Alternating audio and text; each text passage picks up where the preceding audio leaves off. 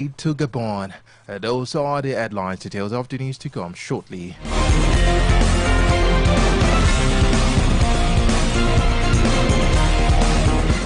And now the news in detail.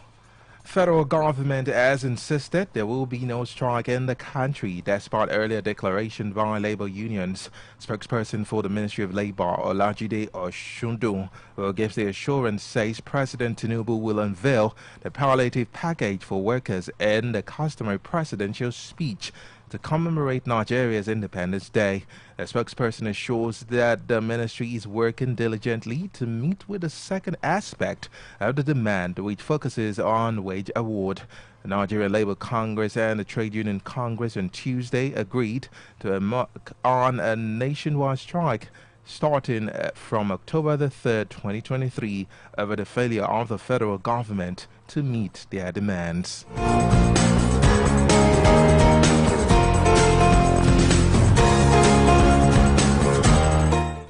In reaction to the indefinite strike declared by the organized labor in the country, the Pan-Yoruba Social Political Organization Afenifere has appealed to the federal government to listen to the demands of the workers to avoid the planned industrial action. The group also urges the government to find a solution to the economic crisis facing the country. In a communique issued by the Secretary General of the association, Shola Bisheni, the group laments the hardship being faced by Nigerians since the removal of fuel subsidy and other economic policies, while imploring the government to reduce the cost of governance and interest of the nation. Meanwhile, Vice President Kashim Shettima has tasked local and foreign investors to make Nigeria their investment hub. The Vice President also reiterates the determination of President Tinubu's determination to provide an enabling environment for businesses to thrive in the country.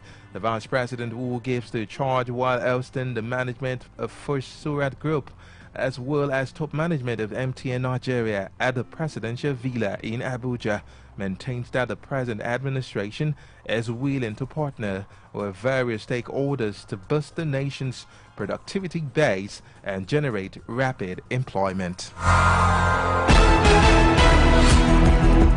And moving to business news, the new governor of the Central Bank of Nigeria, Olayinka Oropo, has promised to settle the APEC Bank's backlog of unsettled foreign exchange obligations in the next term. The CBN governor made a promise during the screening session of members of the Senate, saying it would enhance transparency, fix corporate governance, and ensure confidence in the autonomy and integrity of the bank. He also promised to maintain price stability, revert to evidence-based monetary policies, and discontinue unconventional monetary policies to bolster the country's naira currency.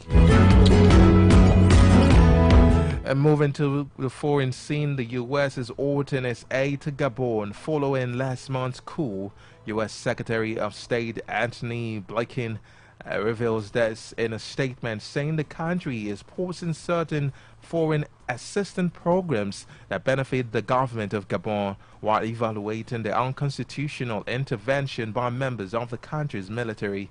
According to the statement, the temporary measure is in line with actions taken by regional Central African Bloc and African Union in response to the coup, and noting that operational activities in the country, including diplomatic and consular operations to support U.S. citizens, still continue. The Economic Community of Central African States and the African Union recently suspended Gabon following the coup that overthrew President Ali Bongo after being declared the winner of the presidential election.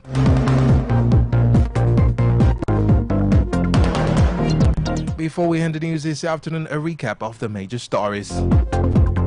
Federal government has promised to avert the impending labor strike scheduled to commence on October the 3rd, 2023. In business, the new governor of the Central Bank of Nigeria, Olayinka Oropo, has promised to settle the APEC Bank's backlog of unsettled foreign exchange obligations in the next term. And on the foreign scene, United States says it is suspending its aid to Gabon following last month's coup. And that ends the news update at noon live on Anna 103.5 FM. For eyewitness report, news coverage, news mention, or news commercials, contact the Anna FM newsroom on 080-3941-6267 or send an email to annafm23@gmail.com. And the news was edited by Miracle Ogunde. I am Olayinka Oropo. Good afternoon and thanks for listening.